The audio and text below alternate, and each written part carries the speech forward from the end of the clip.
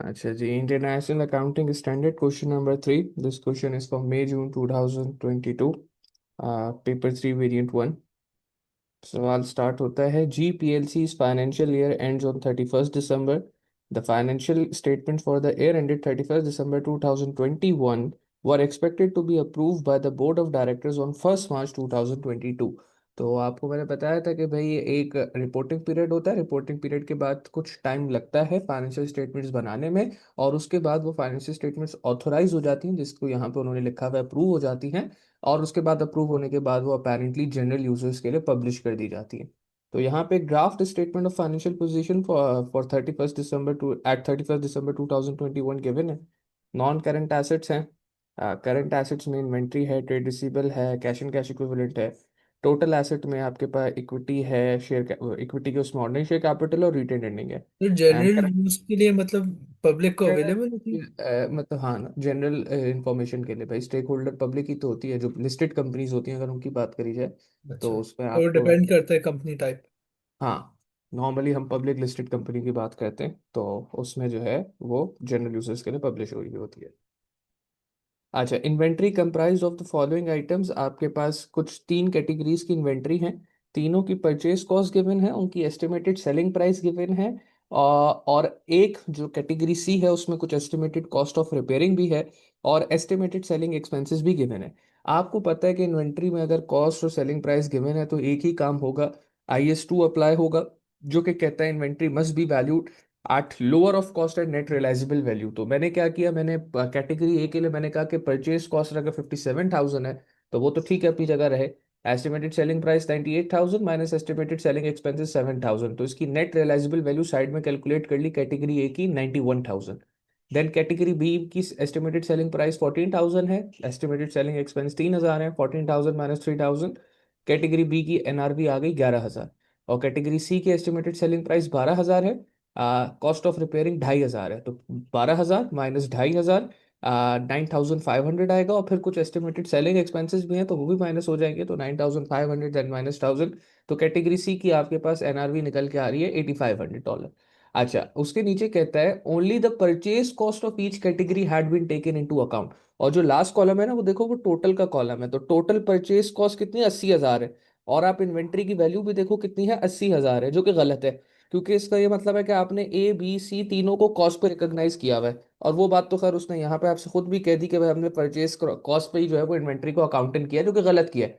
भाई अगर आप ए के लिए बात करो तो ए की तो ठीक है, कॉस्ट एनआरबी से कम है, तो कैटेगरी ए को तो आपने कॉस्ट पे ही इंक्लूड करना था। लेकिन अगर आप बी और सी की बात करो तो बी की एनआरबी जो है वो 11,000 है और कॉस्ट 13,000 है। और सी की कैटेगरी की प्रोडक्ट की भी बात करो तो एनआरबी 8,500 है और कॉस्ट 10,000 है। तो प्रोडक्ट बी और प्रोडक्ट सी को जो है वो अपनी एनआरवी पे इंक्लूड करना चाहिए था एज पर IS2। तो अब हमने क्या किया, हमने कहा कि भाई प्रोडक्ट ए तो अपनी कॉस्ट 57,000 पे इंक्लूड करेंगे, लेकिन प्रोडक्ट बी अपनी एनआरवी 11,000 पर और प्रोडक्ट सी भी अपनी एनआरवी 8,500 पर इंक्लूड किया जाएगा। जिसके बाद आपके पास टोटल इन्वेंट्री की वैल्यू कितनी निकल के आ गई, $76,500 आपके पास क्लोजिंग डेट पे इन्वेंट्री की वैल्यू निकल कर आ गई है। आगे अगर थोड़ा सा पढ़ा जाए, the following items had not been fully taken into तो अकाउंट। आपने कॉस्ट ऑफ रिपेयरिंग का क्या किया। माइनस करा है ना, कैटेगरी सी में वो एग्जिस्ट करती थी, तो जब एनआरवी निकाल रहा था तो उसको कॉस्ट ऑफ रिपेयरिंग भी एनआरवी निकालते वक्त माइनस हो जाएगा, क्योंकि बिना रिपेयर कराए तो माल नहीं बिकेगा ना। अगर आपके पास डैमेज कुछ पड़े हुए हैं तो आप उसको रिपेयर कराओगे तभी बेचोगे। तो it is a cost associated to again sales, तो वो माइनस हो गया था एनआरवी निकालते हुए। 12,000 माइनस 2,500 माइनस 1,000 किया तो एनआरवी जाके 8,500 आई है। अच्छा। अच्छा, अब उसके बाद अब मशीन कॉस्टिंग एडजस्टमेंट नंबर 1, ये बात हो गई। इन्वेंट्री हमारी कितने पे रिकॉर्ड होगी, हमने निकाल लिया 76,500 पे रिकॉर्ड होगी। A machine costing $80,000 had been purchased on 1st December 2021. GPLC had paid $30,000 for the machine on 1st December 2021, and the balance was to be paid on 1st February 2022. Sir Only the cost of repairing purchase cost में क्यों नहीं, I mean cost में क्यों नहीं add हो रही उसकी। बेटा, कॉस्ट ऑफ रिपेयरिंग तो ये है ना कि बेचते वक्त आपको अगर बेचना है, आपके पास कुछ डैमेज कुछ पड़े में, जो खरीदे थे वो परचेज कॉस्ट है 10,000। जब आप बेचोगे तो आपको 12,000 का अगर प्रोडक्ट बेचना है तो बेचने के लिए आपको रिपेयर कॉस्ट करवानी है। तो कॉस्ट के अंदर ही क्यों जाएगी, उसका कोई लेना देना ही नहीं है कॉस्ट से। कॉस्ट तो ये कि आपने कितने का खरीदा था, खरीदने के बाद चीज़ खराब हो गई या डैमेज हो गई तो उसको उसका कोई कॉस्ट पे इम्पैक्ट थोड़ी पड़ेगा। अच्छा अच्छा, समझ गया। अब तो अगर आप उसको बेचना चाहते हो तो आप रिपेयर करवा के बेच दो, नहीं बेचना चाहते तो उस खराब प्रोडक्ट को अपने वेयर हाउस में रख के बैठे रहो, कोई नहीं पूछता आपको। अच्छा, सही। 1 फरवरी को फिर कहता है कि आपने initial payment, only the initial payment of 30,000 was recorded in the relevant accounts. तो वो कह रहा है कि भाई हमने जो पेमेंट की है सिर्फ 30,000 की पेमेंट की है, और 30,000 की पेमेंट करके हमने सिर्फ उसी को रिकॉर्ड किया है। हमने बाकी किसी चीज़ को जो है वो कह रहा है रिकॉर्ड नहीं किया है, सिर्फ और सिर्फ जो 30,000 की हमारी डाउन पेमेंट है उसको रिकॉर्ड किया है। The annual rate of depreciation is 15% per annum using RBM method. A full year depreciation is charge in the year of purchase. तो भाई अगर आप नॉन करंट एसेट 1 दिसंबर को खरीद रहे हो, भले डाउन पेमेंट सिर्फ 30,000 की है, ठीक है ना आपने, लेकिन खरीदा कब है? 1 दिसंबर को खरीदा है। और आप खरीद के कह रहे हो कि भाई बाकी का बैलेंस मैं 1 फरवरी को पे करूंगा। ठीक है, तो अब सवाल ये उठता है कि आपके बुक्स ऑफ अकाउंट्स के अंदर एसेट किस तरीके से रिकॉग्नाइज होगा। तो ये अगेन वही वाली बात है कि एसेट कैन बी ओन्ड और कैन बी ओड। 30,000 दे दिए तो ठीक है, वो अपने कैपिटल से आपने एसेट खरीदा, लेकिन आपके बुक्स में पूरा का पूरा एसेट, क्योंकि आप 1 दिसंबर को एसेट खरीद के आ गए हो ना, तो आपकी बुक्स में पूरा का पूरा एसेट $80,000 पे रिकॉर्ड होगा। 30,000 अपनी जेब से दिया है तो 30,000 से कैश क्रेडिट हो जाएगा, और बाकी का 50,000 will be treated as your current liability, जो कि आपने जिस बंदे से मशीन खरीदी है उसको आपने रीपे करना है बाय 1 February 2022। तो यहाँ पे गलती क्या हुई है, इन्होंने सिर्फ बुक्स के अंदर 30,000 की जो पेमेंट की है उसी को एसेट रिकॉग्नाइज किया, जबकि एसेट भाई टुकड़ों में थोड़ी आया है। आप भले 30,000 की पेमेंट करके पूरा एसेट लेके आ गए हो, लेकिन एसेट तो पूरे 80,000 की वर्थ रखता है ना। ठीक है, 50,000 आपने अगले 2 महीने में पे करने हैं, तो स्टिल पूरा एसेट आपकी बिजनेस की पोजेशन और कंट्रोल में है, तो जो डेप्रिसिएशन लगेगी वो एसेट की टोटल कॉस्ट के ऊपर लगेगी, विच इज $80,000। और अभी तो आपने 80,000 रिकॉग्नाइज ही नहीं किया था, अभी तो आपने सिर्फ जो है वो 30,000 रिकॉग्नाइज किया, तो उसकी वजह से होगा क्या, उसकी वजह से आपकी डेप्रिसिएशन अंडर स्टेटेड रहेगी, एंड इवन आपके जो नॉन करंट एसेट्स हैं उसकी वैल्यू भी जो एसओएफपी के अंदर है वो अंडर स्टेटेड रहेगी। तो इसको हम अभी ठीक कर लेते हैं नीचे वर्किंग के अंदर। एडजस्टमेंट नंबर 2 में कह रहा है, a building which had a cost of $300,000 with accumulated depreciation of $96,000 at 31st December 2021 was revalued on that date at $350,000। तो भाई अगर एक एसेट जिसकी कॉस्ट 3 लाख है और उसकी एक्यूमुलेटेड डेप्रिसिएशन 96,000 है, नेट बुक वैल्यू कितनी हो गई? 2,04,000 हो गई। ठीक है, और 2,04,000 के नेट बुक वैल्यू वैल्यू वाले एसेट को आप रीवैल्यू करके कितने पे लेके जा रहे हो? 3.5 लाख, 3,50,000 के ऊपर लेके जा रहे हो। तो नेट बुक वैल्यू से आप कितना ऊपर गए? 2,04,000 से आप गए हो 3,50,000 पे, which means that it represents a revaluation of $1,46,000। आपने अपने एसेट को कितने से रीवैल्यू कर दिया? आपने अपने एसेट को 1,46,000, $1,46,000 से रीवैल्यू कर दिया है। और आपको पता है अगर मैं इसकी डबल एंट्री बनाना चाहूँ तो क्या बनेगी? प्रोविजन फॉर डेप्रिसिएशन 96,000 से डेबिट, एसेट जो है वो आपका बढ़ जाएगा 50,000 से डेबिट, और टोटल जो ये बना 1,46,000, उससे रीवैल्यूएशन रिजर्व क्या हो जाएगी? उससे रीवैल्यूएशन रिजर्व क्रेडिट हो जाएगी। देन आगे कहता है, in December 2021 an employee filed a lawsuit against G PLC for wrongful dismissal and asked for compensation of $26,000. The company's lawyer advised the directors that there was a 80% probability of successfully defending the case, यानी कि हम case नहीं हारेंगे, या ये कह लो कि case जीत जाएंगे, उसके चांसेस 80% है। The legal cost for defending the case of about $8,000 would be settled when the case finished regardless of the outcome. आपको $8,000 लीगल जो सर, फीस है, रॉन्गफुल डिसमिसल का क्या मतलब? मतलब गलत तरीके से अगर आपने किसी को सस्पेंड कर दिया, तो इस तरीके के लॉज अप्लाई होते हैं कि जो कि एम्प्लॉयज को ये राइट देते हैं कि वो कंपनी को सू कर सके अगर तो उनको गलत तरीके से सस्पेंड किया गया है। गलत तरीके से सस्पेंड करने का मतलब होता है कोई नोटिस पीरियड नहीं दिया गया, या कॉन्ट्रैक्ट जितने का था उससे पहले ही बिना किसी बात के आपको जो है वो सस्पेंड कर दिया, तो वो रॉन्गफुल डिसमिसल है। तो अब अच्छा, उसने कितने की कंपनसेशन मांगी है? उसने कंपनसेशन एम्प्लॉय ने मांगी है $26,000 की। लेक तो ये क्या है? ये बेसिकली कंपनी के लिए कंटिजेंट लायबिलिटी होती है। अगर कंपनी ये केस हार जाती है तो उनको एम्प्लॉय को $26,000 देने पड़ेंगे, लेकिन इस केस को हारने के चांस कितना है? सिर्फ 20% है, क्योंकि 80% चांसेस ये कि केस डिफेंड हो जाएगा, तो हारने के चांस कितने हो गए? सिर्फ 20% हो गए। यानी कि ये $26,000 देना पड़ेगा या नहीं देना पड़ेगा, दैट इज डिपेंडेंट कि मैं केस हारता हूं या नहीं हारता। और केस हारने का चांस सिर्फ 20% है, यानी कि इस कंटिजेंट लायबिलिटी के अराइज होने का चांस भी सिर्फ कितना है? 20% है। तो 20% अगर कंटेंजेंट लाइबिलिटी का चांस हो तो उस इवेंट को हम कहते हैं पॉसिबल इवेंट, और जो कि 10 to 50% की कैटेगरी के बीच में आएगा, यानी कि कंटेंजेंट लाइबिलिटी क्रिएट होने का चांस सिर्फ 10 से 50% के बीच में है, पॉसिबल है। और जब आपके पास कंटिजेंट लायबिलिटी पॉसिबल होती है तो हम क्या करते हैं, हम उसको सिर्फ और सिर्फ जो है नोट्स टू अकाउंट्स के अंदर मेंशन कर देते हैं और फाइनेंशियल स्टेटमेंट्स के अंदर एडजस्ट नहीं कराते हैं। तो ये $26,000 का क्या ट्रीटमेंट है, it is a contingent liability, but इसको पे करने के जो चांसेस है वो सिर्फ 20% है। तो it will just be mention in the notes to accounts, it will not be recorded in the financial statements. जबकि तो अलबत्ता अब 50 एक टू 100 के लिए क्या होगा? 60 to 100 के लिए तो वो फिर 50 to 100 के लिए तो फिर फाइनेंशियल स्टेटमेंट में एडजस्ट कराएंगे उसको अच्छा। As a contingent liability.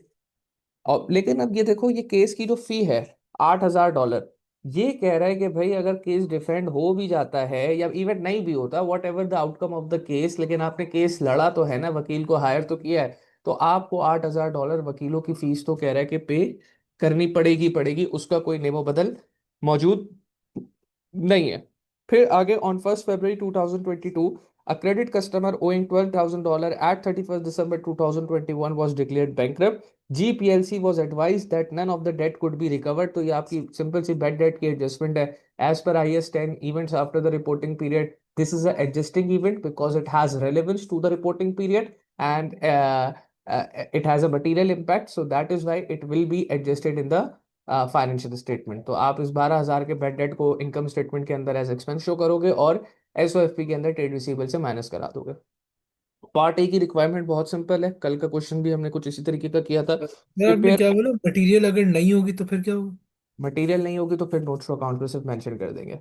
यानी कि अगर उसके अंदर कोई अमाउंट इन्वॉल्व नहीं है ना, सिर्फ एक इवेंट है और इवेंट के अंदर कोई अमाउंट इन्वॉल्व नहीं हो रही, तो फिर वो जो है वो सिर्फ और सिर्फ आपका नोट्स टू अकाउंट्स में रिकॉर्ड कर दिया जाएगा। लेट से आपको कोई ऑर्डर मिला है या कोई आपका कॉन्ट्रैक्ट हो गया, लेकिन आपको पैसे कोई नहीं मिले, आपने अभी कोई रेवेन्यू अर्न नहीं किया है, उससे कोई मोनेटरी वैल्यू का एक्सचेंज नहीं हुआ है, but it is still an event, तो उसका अगर सिग्निफिकेंट इम्पैक्ट नहीं है तो वो सिर्फ नोट टू अकाउंट्स में मेंशन कर दिया जाएगा, फाइनेंशियल स्टेटमेंट में एडजस्ट नहीं किया जाएगा। लेकिन इसका अरे क्यों? मटेरियल, बैड डेट को तो रिकॉर्ड करेंगे ना फिर भी। तो मैं तो कह रहा हूँ ना, क्योंकि इसका मटेरियल इम्पैक्ट है ना, इस वजह से। अगर 2000 हो फिर नहीं नहीं, फिर भी तो मटेरियल नहीं नहीं, तो मटेरियल इम्पैक्ट का मैंने ये तो मतलब बताया कि कुछ ना कुछ उसका अमाउंट रेफर हो रही हो, क्योंकि जब हम बात करते हैं इवेंट की, तो इवेंट के अंदर जरूरी थोड़ी अमाउंट इन्वॉल्व हो रही हो। जैसे मैंने कहा, अगर आपको कोई बड़ा कॉन्ट्रैक्ट मिला है, कोई बड़ा ऑर्डर मिला है, लेकिन उसके पैसे नहीं मिले, आपने अभी कोई रेवेन्यू अर्न नहीं किया, तो ये इन्फॉर्मेशन अब मटीरियल नहीं रही है।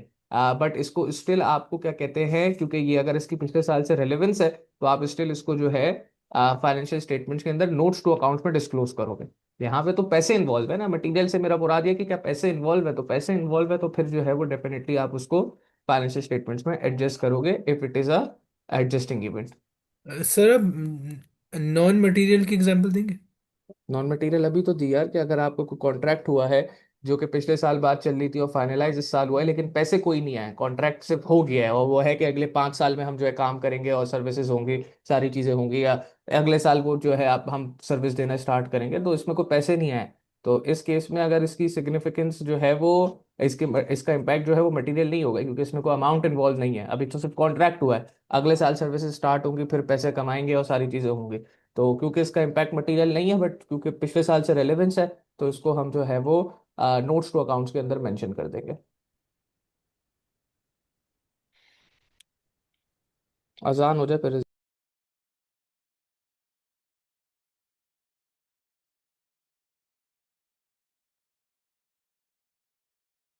अच्छा जी, अब पार्ट ए के अंदर हमसे कह रहा है कि हमें जो है वो एक revise statement of financial sir position. जी आप बोलिए। अभी जो एग्जांपल दे रहे थे उसमें पिछले साल से कोई रेलेवेंस कैसे पता चली आपको? यार लेट से पिछले साल बात हो रही थी, आपने टेंडर भरा हुआ था, ठीक है, सारे आपने एक्टिविटी उसकी कर ली थी और उसका डिसीजन अगले रिपोर्टिंग पीरियड के अगले महीने आ गया, तो उसकी रेलेवेंस तो हुई ना पिछले साल से, बट इम्पैक्ट मटेरियल नहीं है, वो आपकी फाइनेंशियल स्टेटमेंट को एडजस्ट नहीं कर रहा, किसी भी तरीके से आपके रेवेन्यूज एक्सपेंसेस या एसेट्स के ऊपर हिट नहीं कर रहा, तो दैट इज उसका इम्पैक्ट मटेरियल है। लेकिन जो है क्योंकि पिछले साल से रेलेवेंस है, तो स्टिल नोट्स टू अकाउंट्स के अंदर मेंशन कर दूंगा। ओके, तो कोई अमाउंट नहीं होगी तो फिर उसे नोट्स हाँ टू अकाउंट में डाल। बिल्कुल बिल्कुल बिल्कुल, लेकिन गिवन दैट उसकी पिछले साल रिपोर्टिंग पीरियड से जो है वो रेलेवेंस निकल ली हो। सही। अच्छा जी, पार्ट ए के अंदर कह रहा है prepare revise statement of financial position. अब हमारे पास एक एक करके हमने देखा किस किस चीज़ को हमें रिवाइज करना है। नेटबुक वैल्यू सबसे पहले रिवाइज होगी जी, बिल्कुल रिवाइज होगी। नेटबुक वैल्यू को जो है वो दो चीज़ें इम्पैक्ट कर रही हैं, एक आपका ये जो बिल्डिंग जिसको आपने रीवैल्यू किया है और आपका एसेट 1,46,000 से ऊपर गया है, तो ये भी आपके नॉन करंट एसेट को एडजस्टमेंट टू भी इम्पैक्ट कर रही है।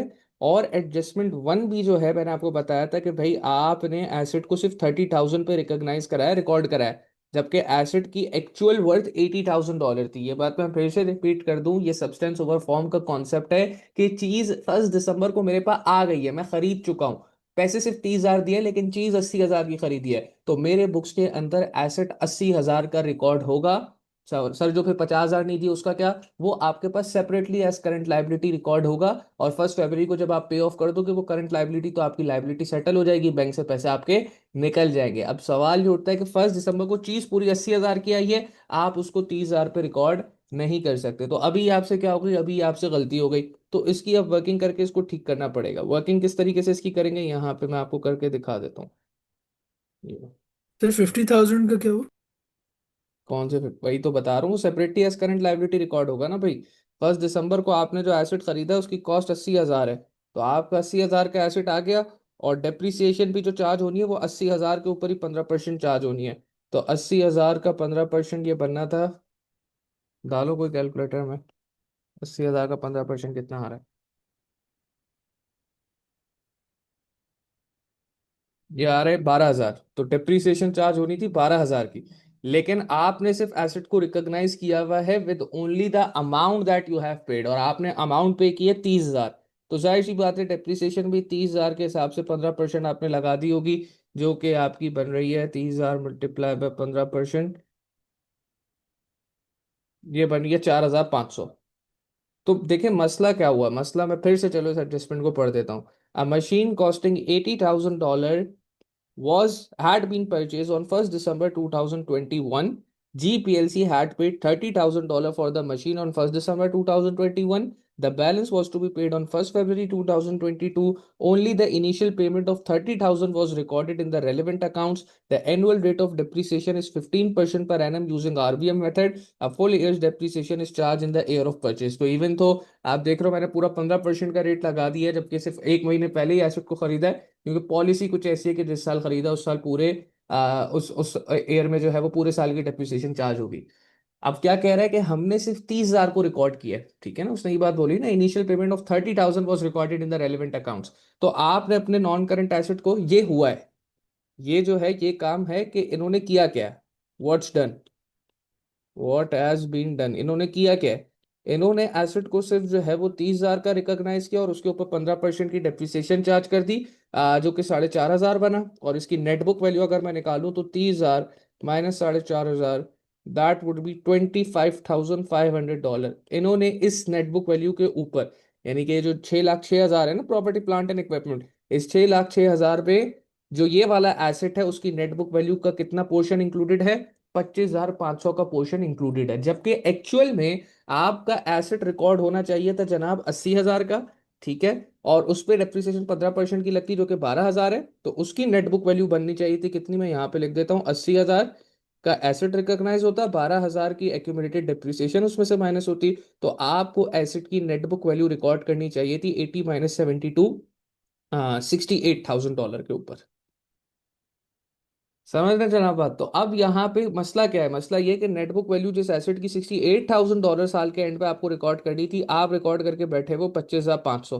तो आपकी net book value significantly under stated है, कितने से अंडर स्टेटेड है, 68,000 माइनस 25,500, आपके पास ये आ गया 42,500, से आपकी नेटबुक वैल्यू क्या है, अंडर स्टेटेड है, बिकॉज आपने सिर्फ जो पेमेंट की है ये वाली उतने पे ही एसेट को रिकॉग्नाइज किया है। जबकि एक्चुअल में क्या होता है कि जब आप एसेट खरीद लो, regardless of the payment that you have made, asset पूरी अपनी कॉस्ट के ऊपर रिकॉर्ड होता है, जो कि $80,000 थी, और डिप्रिसिएशन भी उसी कॉस्ट के ऊपर चार्ज करी जाती है, रिगार्डलेस ऑफ द अमाउंट के आपकी कितनी अमाउंट अनपेड है। जो अनपेड अमाउंट है वो सेपरेटली करंट लाइबिलिटी रिकॉर्डेड है, जब पे ऑफ करोगे वो वहां पे सेटल हो जाएगी। नॉन करंट एसेट की जहां तक बात है तो वो कॉस्ट पे रिकॉग्नाइज होगा, और उसकी डेप्रिसिएशन भी उसी कॉस्ट पे लगेगी। तो क्योंकि आपने कॉस्ट पे रिकॉग्नाइज नहीं किया, आपने सिर्फ पेमेंट को एसेट रिकॉर्ड किया, जो कि गलत है, तो आपकी नेटबुक वैल्यू 25,500 थी, जबकि एक्चुअल में हमने देखा नेटबुक वैल्यू 68,000 होनी चाहिए थी, जिससे पता चला कि हमारे एसेट की नेटबुक वैल्यू कितने से अंडर स्टेटेड है,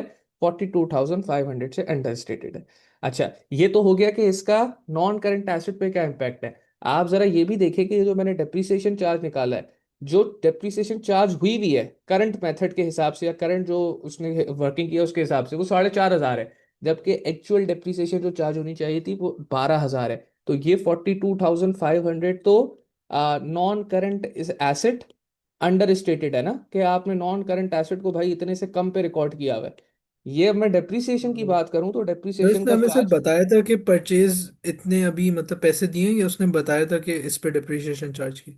वो जब उसने बात कही ना कि इतने ही, उसने ये बात कही was recorded in the relevant account, सिर्फ 30,000 को रेलिवेंट अकाउंट्स पे रिकॉर्ड किया है। तो इसका ऑब्वियस सा मतलब ये है कि आपने डेप्रिसिएशन भी 30,000 के ऊपर ही चार्ज की होगी ना। जब आपने एसेट ही 30,000 का रिकॉग्नाइज किया है, तो साल के एंड पे डेप्रिसिएशन चार्ज भी उसी 30,000 रुपये के ऊपर लगा है। ये तो ऑब्वियस सी बात है, उसने खुद से नहीं बोली, लेकिन ये आपको बात समझनी चाहिए कि अगर एसेट रिकॉग्नाइज 30,000 का हुआ है तो डेप्रिसिएशन भी कितने पे चार्ज होगी, 30,000 पे ही चार्ज होगी। अच्छा, और ये जो मैं अब आपको बात बताया था कि डेप्रिसिएशन चार्ज 12,000 की हो रही थी, अभी चार्ज 4,500 की हुई थी, और उसका ऑब्वियस सा रीजन है भाई, जब आपने एसेट की कॉस्ट को ही कम पे रिकॉग्नाइज किया तो डेप्रिसिएशन चार्ज भी कम आया। जब आपने एक्चुअल एसेट की कॉस्ट उसकी पे उसको रिकॉग्नाइज किया तो डेप्रिसिएशन का चार्ज भी ज्यादा आया, क्योंकि एक्चुअल एसेट की कॉस्ट कंपैरेटिवली ज्यादा थी। तो डेप्रिसिएशन आपकी क्या है, डेप्रिसिएशन आपकी 7,500 से अंडर स्टेटेड है। तो ये आपके एसओएफपी को डायरेक्टली तो हिट नहीं कर रही, लेकिन अगर डेप्रीसिएशन जैसे आपको पता है, ये मैं लिख देता हूँ, अंडर स्टेटेड डेप्रीसिएशन।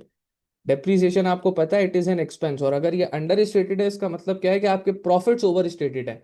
तो अगर प्रॉफिट्स ओवर स्टेटेड है तो उसका इंपैक्ट किधर जाता है, उसका इंपैक्ट जाता है रीटेन्ड अर्निंग के ऊपर, क्योंकि रीटेन्ड अर्निंग के अंदर हम प्रॉफिट फॉर ईयर रिकॉर्ड करते हैं। अगर आपकी डेप्रिसिएशन 7,500 से अंडर स्टेटेड है, आपके प्रॉफिट 7,500 से ओवर स्टेटेड है, तो इसका मतलब ये है कि आपका रीटेन्ड अर्निंग का बैलेंस भी 7,500 से फिर क्या होगा, ओवर स्टेटेड होगा, तो उसको भी हमें ठीक करना पड़ेगा।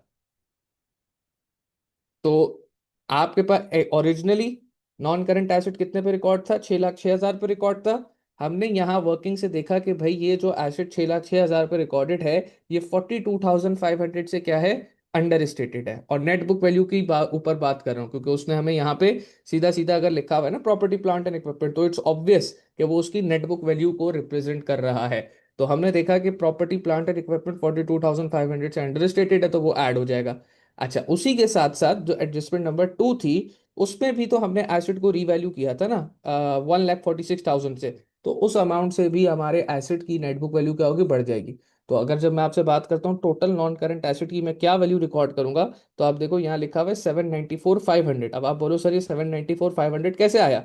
मैंने बोला कि नॉन करंट एसेट का जो ओपनिंग बैलेंस जो तो सर ये ड्राफ्ट, हमें थ्री कॉलमनार फॉलो करना जरूरी नहीं है, सिर्फ नहीं नेटबुक यार, वैल्यू लिख नहीं सकते फॉलो है, नहीं मतलब वो उसने अगर बना के दिया हुआ है तो है ही नहीं ना, फिगर कॉस्ट की फिगर ही नहीं है, तो फिर कहाँ से फॉलो कर सकता हूँ, कर ही नहीं सकता फॉलो। अच्छा, अगर दी भी हो तो हम इसमें कर सकते हैं सिर्फ नहीं, नेटबुक दी भी वैल्यू? हो तो, दी भी हो तो फिर प्रॉपर तरीके से आपने करानी है।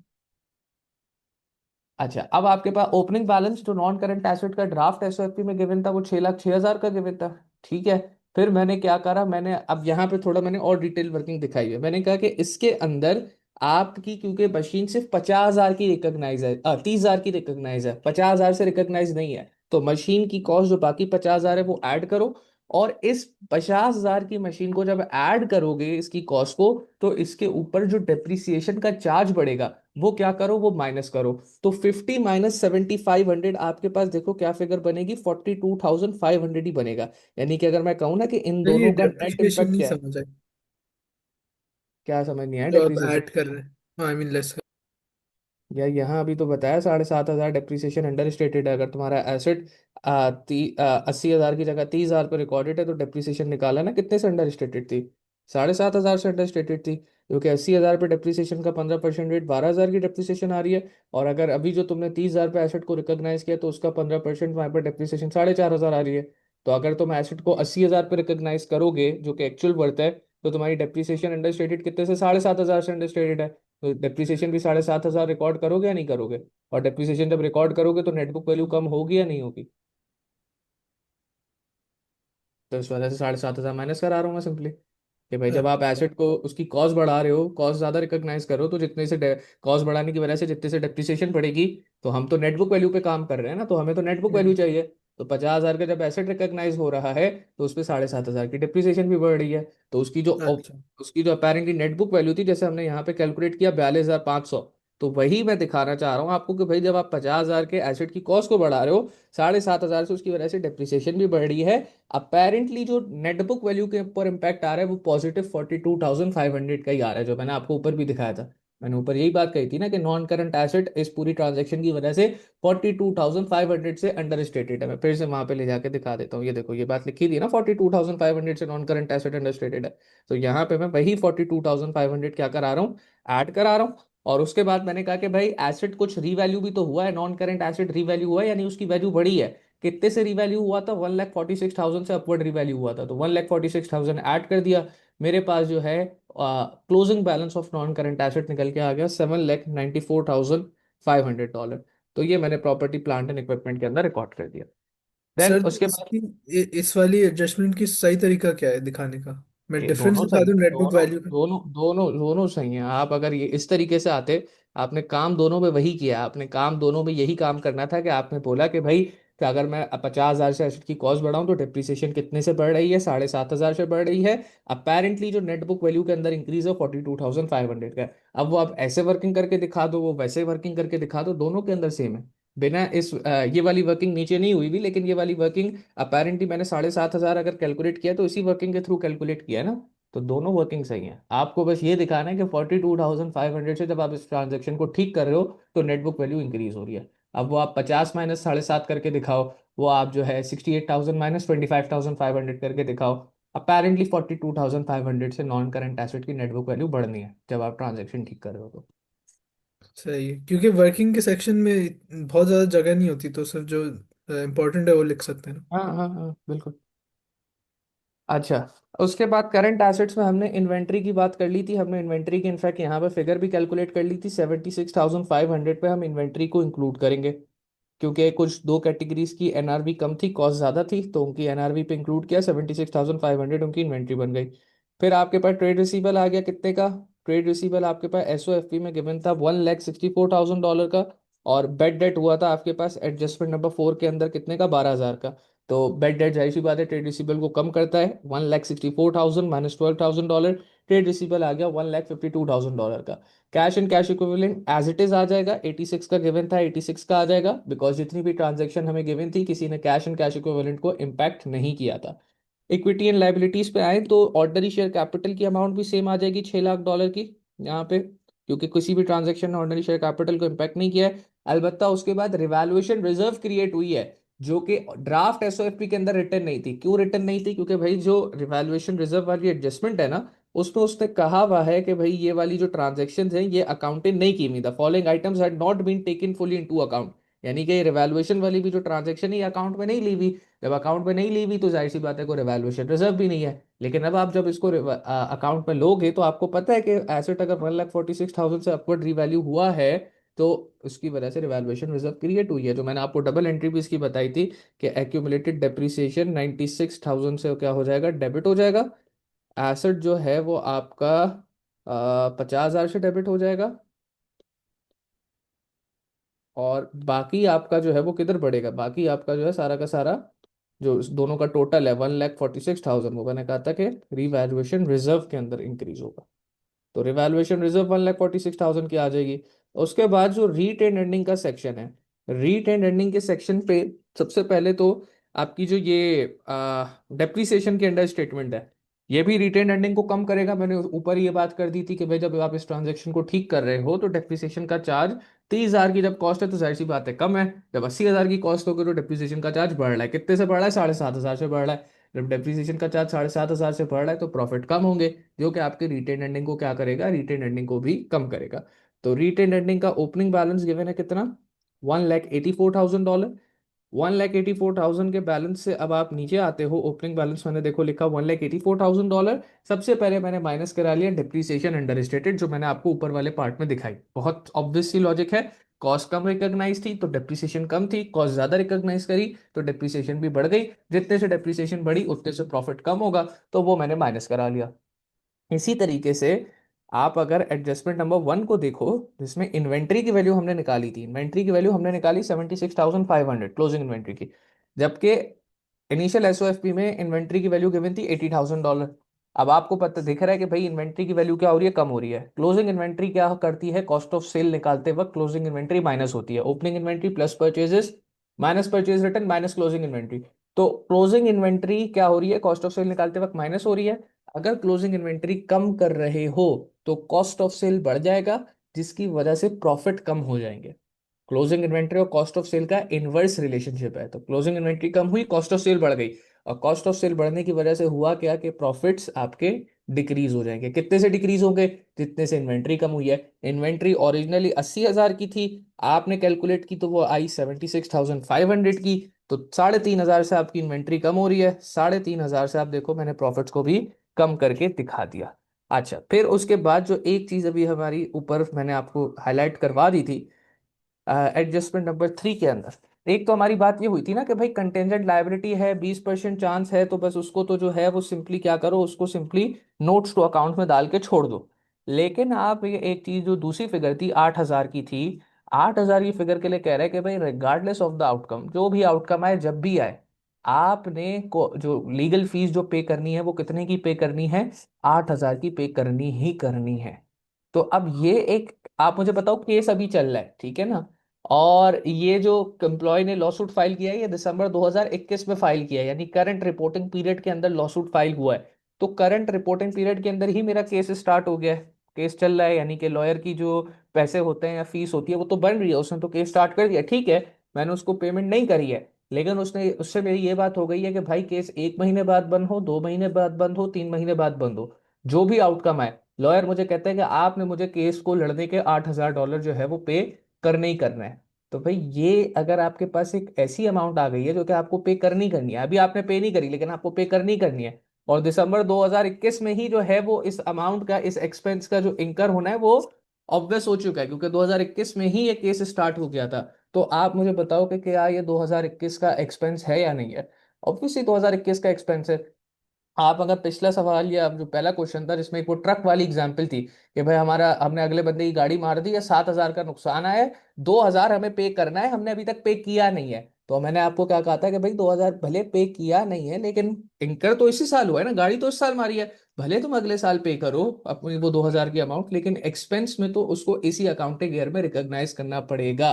तो सिमिलरली ये जो लीगल फी है आपकी 8,000 की, भले ही आपने अभी पे नहीं की लेकिन आपका केस इसी साल स्टार्ट हुआ है 2021 के अंदर, तो ये 2021 की इनकम स्टेटमेंट में एज अ एक्सपेंस जाएगा, जो भी लीगल फी बनती है 8,000। और वो कंटेंजेंट फी नहीं है, ये 8,000 ऐसा नहीं है कि जीतूंगा तो ये है, हारूंगा तो ये लिखा हुआ है कि ये आपने पे करनी ही करनी है। तो this will be created as a expense, और ये आपकी जो है वो एसओएफपी के अंदर भी एज करंट लाइबिलिटी रिकॉर्ड करी जाएगी। कि भाई केस अगर लेट से 1 फरवरी को सेटल हो जाता है तो अब 1 फरवरी को दिस अमाउंट इज पेएबल, 1 मार्च को हो जाता है तो 1 मार्च को दैट अमाउंट इज पेएबल। तो फॉर द सेम रीजन अगर आपको पूछे कि 8,000 क्या है, तो मैं इसको लिखूंगा प्रोविजन फॉर लीगल फी 8,000, और जैसे मैंने कहा कि ये आपका एक तरीके से एक्सपेंस ही है, और 2021 में ही ये केस जो है वो स्टार्ट हुआ था, तो 2021 के ही अंदर ही एज अ एक्सपेंस रिकॉर्ड होगा ये। और जाहिर सी बात है एक्सपेंस रिकॉर्ड करूंगा तो प्रॉफिट्स कम होंगे। और फिर ऑब्वियस बेड डेट तो मैंने बात करते हुए बता दिया था, बल्कि आपको पता ही है कि बेड डेट जब होता है तो वो एक्सपेंस है, वो प्रॉफिट्स को कम करता है, तो ये 12,000 भी माइनस हो गया। सारी फिगर्स माइनस ही हो रही हैं क्योंकि वो सारी प्रॉफिट्स को कम कर रही थी, तो आपके पास एडजस्टेड रिटेन अर्निंग निकल के आ गया $1,53,000 का, जिसको देखे मैंने यहाँ पे रिकॉर्ड कर लिया। देन मूविंग फर्दर अहेड मैंने टोटल इक्विटी निकाली which is coming up to be as $8,99,000। और करंट लाइबिलिटी के सेक्शन के अंदर हमारे पास क्या है, ट्रेड पेबल है, अदर पेबल है। ट्रेड पेबल 1,28,000 का गिवन है, और मेरे ख्याल से कोई ऐसी एडजस्टमेंट नहीं हुई जिसने ट्रेड पेबल को इम्पैक्ट किया हो, तो ट्रेड पेबल तो $1,28,000 एज इट इज आ जाएगा।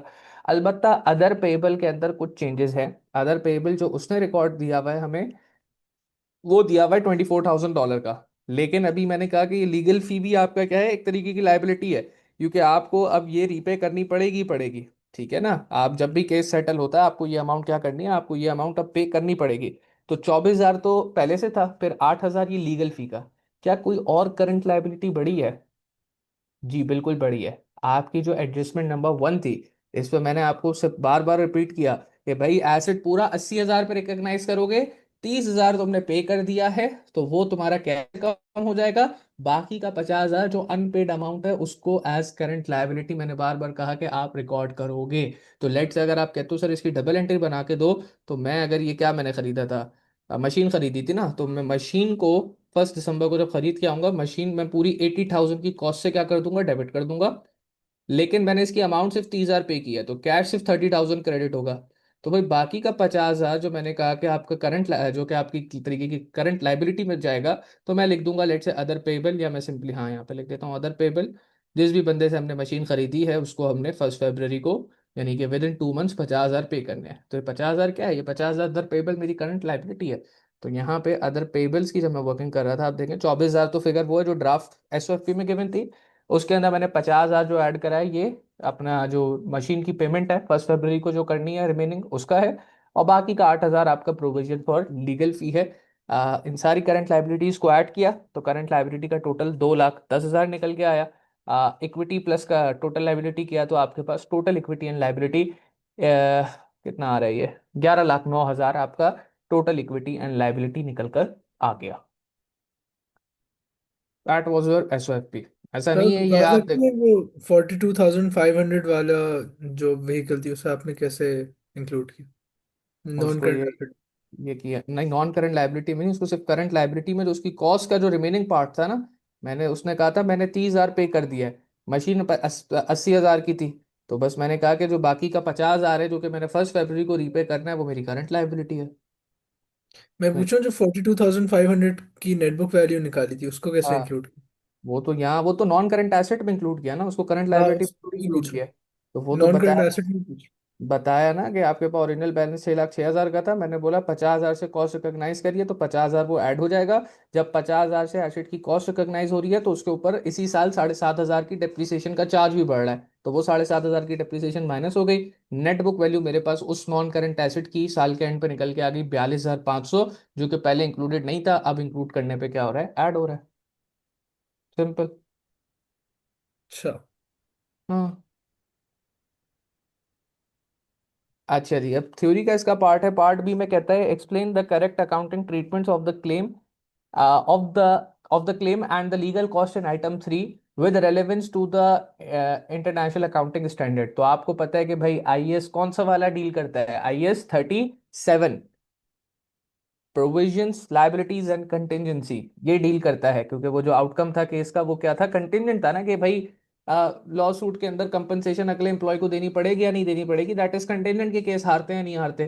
तो IAS 37 provision liability in contingency के हिसाब से the probability of losing the case is 20%। उसने ये कहा था डिफेंडिंग द केस 80% है, लेकिन देखो केस डिफेंड करके हमें कुछ नहीं मिलना, तो हमें पे करना पड़ सकता है, वो भी कब, कि अगर हम केस हारें। तो ये सीधा सीधा कंटिंजेंट लाइबिलिटी है।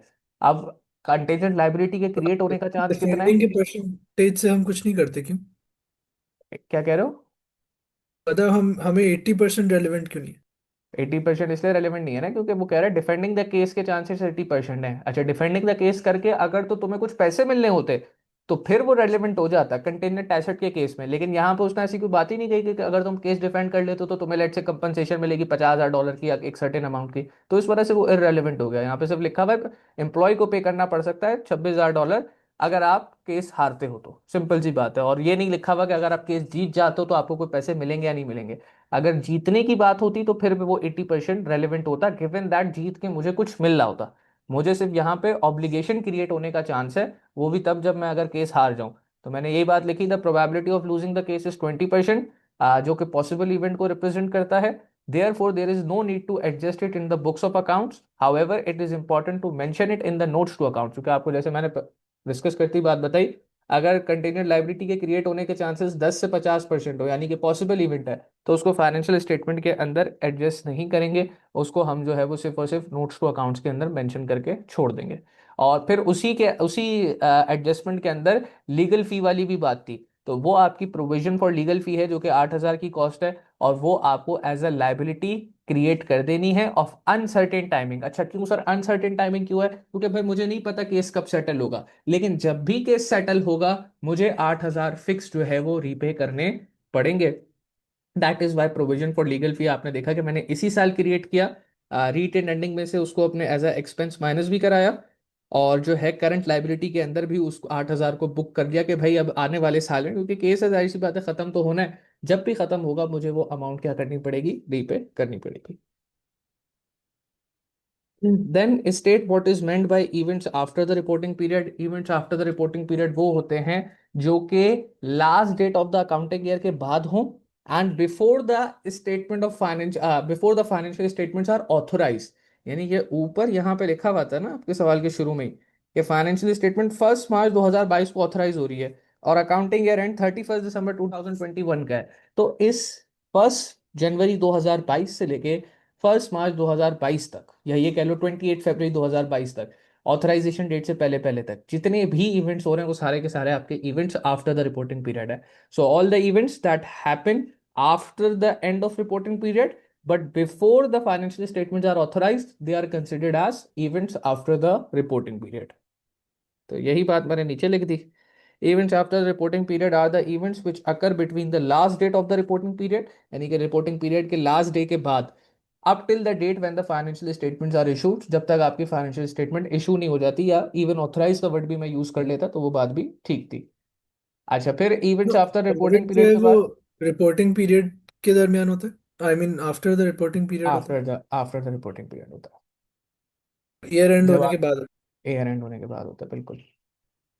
अच्छा, अच्छा ईयर एंड होने के बाद जरूरी नहीं है, वैसे ऑडिट आप कभी भी स्टार्ट करवा सकते हो, लेकिन नॉर्मली वो ईयर एंड के वक्त हो रहा होता है, ज्यादातर जो है वो ईयर एंड के वक्त हो रहा होता है। और या फिर ईयर एंड होने के फौरन बाद हो रहा होता है, क्योंकि आपने अपनी फाइनेंशियल स्टेटमेंट्स बनाने से पहले उसका ऑडिट कराना होता है। तो इट्स जस्ट दैट कि जो ख्याल रखना होता है कंपनी को इस चीज़ का रखना होता है कि जब फाइनेंशियल स्टेटमेंट्स उनकी बन रही हो तो उससे पहले वो जो सारी चीज़ें हैं वो ऑडिट हो चुकी हो। तो it can be done at the year and के दरमियान में आप ऑडिट स्टार्ट करवा दो, ज़्यादातर कंपनीज यही करती हैं। और फिर वो ऑडिट खत्म होते होते जो है वो नेक्स्ट ईयर भी लग जाता है, तो ये नॉर्मल प्रोसेस होता तो है, अगर स्टार्ट इसका ईयर एंड हो एग्जाम्पल जाता है। मांगे तो मेंशन कर सकते हैं ना। क्या ऑडिटिंग का इवेंट आफ्टर द हाँ, रिपोर्टिंग पीरियड में? हाँ, अगर एग्जाम्पल मांगे। वो एक्सटर्नल इवेंट है, उसका हमारे उससे कोई लेना देना नहीं है, मतलब उसका एज इनको फाइनेंशियल स्टेटमेंट से कोई बहुत ज़्यादा रिलेटेड कंसर्न नहीं होता। हाँ, उसकी फ़ी का है कि ऑडिट फ़ी आप कब पे करते हो, लेकिन ज़्यादातर टाइम्स आप ऑडिट फ़ी जो है वो मेजॉरिटी फ़ी का जो पोर्शन है वो एडवांस में ही आप पे कर देते हो। तो वो वाली लेकिन वो वाला कंपोनेंट आपसे टेस्ट होता नहीं, ऑडिट फ़ी वगैरह वाला। तो ऑडिट के अच्छा, अलावा तो तुम्हें जो इसका कोई एग्जाम्पल है इवेंट आफ्टर रिपोर्टिंग पीरियड? यार तुम्हें इतनी सारी एग्जाम्पल दी, मैं पढ़ के तुम आते नहीं हो, फिर सवाल वो करते हो तुम। फायर वाली एग्जाम्पल दी थी, तुम अपनी बुकलेट खोल के देख लो, उसी में तुम्हें 10 एग्जाम्पल मिल जाएंगे, तुम पूछो एक एग्जाम्पल दे। फायर वाली एग्जाम्पल दी थी ना, फायर वाली क्या एग्जाम्पल थी, event after the reporting period था। इवन ये जो बेड डेट वाली ऊपर एग्जाम्पल देखी है, ये भी event after the reporting period है। ये सारे event after the reporting period ही तो हैं। अच्छा, तो जो ऐसे जो ही, ये एरर्स आते हैं ये event after reporting period? Sorry, मैं कह रहा हूँ ये जो जो एरर्स आते हैं ये एग्जाम्पल्स ही है ना? ये एरर्स नहीं है, ये इवेंट्स हैं जो कि रिपोर्टिंग पीरियड के बाद हो रहे हैं। जो भी चीज़ 31 दिसंबर के बाद हो रही है, तुम्हारा अकाउंटिंग ईयर खत्म हो गया, उसके बाद जो भी इवेंट हो रहा है वो event after the reporting period है ना। अभी हाँ, तो बताया मैं वही फर्स्ट कह रहा हूँ, जनवरी जो से लेके, क्वेश्चंस में आ रहे थे वही एग्जाम्पल्स है ना, जो हाँ फायर थे वही, बिल्कुल बिल्कुल बिल्कुल, फायर वाला हो गया, ये अपना क्या कहते हैं बेड डेट वाला हो गया, सारे events after the reporting period है। अच्छा, अब event after the reporting period के बाद पूछता है एडजस्टिंग इवेंट कौन है। भाई वही तमाम event after the reporting period जिनकी पिछले साल से रेलेवेंस निकल आए, जिस तरह वो बेडेट वाली एग्जांपल थी, तो वो आपका क्या है, वो आपका एडजस्टिंग इवेंट बन जाएगा। और नॉन एडजस्टिंग इवेंट वो है जो कि again event after the reporting period ही हुआ है, लेकिन उसकी पिछले साल से रेलेवेंस नहीं बन रही, जिस तरह वो फायर वाली एग्जाम्पल थी, तो वो आपका सिंपली नॉन एडजस्टिंग इवेंट बन जाएगा। और हमने उसको इनफैक्ट पिछले सवालों के अंदर एक्सप्लेन भी किया था कि भाई ये नॉन एग्जिस्टिंग इवेंट क्यों है, इस वजह से है क्योंकि फायर के लिए अगर बात करी जाए, क्योंकि इसका पिछले साल से कोई रेलेवेंस नहीं है। तो इवेंट दैट आर ट्रेसेबल और if the occurrence of the event have some relevance with the previous accounting year से मेरा मतलब ये है रिपोर्टिंग पीरियड, ठीक है, तो वो एडजस्टिंग इवेंट है। एंड अगर आपका जो इवेंट ऐसा है कि जिसको आप पिछले अकाउंटिंग ईयर या रिपोर्टिंग पीरियड से ट्रेस नहीं कर सकते, तो वो आपका जो है वो non adjusting event as classify होगा। सर पिछले से एग्जाम्पल क्या है? मतलब जस्ट अकाउंटिंग ईयर से कंसर्न्ड है? अकाउंटिंग ईयर जिसका हम जो फाइनेंशियल स्टेटमेंट जिस ईयर के लिए बना रहे हैं, उस ईयर से अगर उसका रेलेवेंस निकल रहा है, तो वो पिछला ईयर ही होता है ना। जैसे अगर आप 2022 में, आपका 31 दिसंबर 2021 को ईयर खत्म हुआ, तो आप 2022 में फाइनेंशियल स्टेटमेंट बना रहे हो, तो पिछला साल आपका 1 जनवरी से लेके 21 से लेके 31 दिसंबर 21 तक का है। तो उससे अगर रेलेवेंस निकल जाती है तो एडजस्टिंग इवेंट है, उससे सही। रेलेवेंस नहीं निकलती तो नॉन एडजस्टिंग इवेंट है। तो that was a complete question of May June 2022 paper 3 variant 1।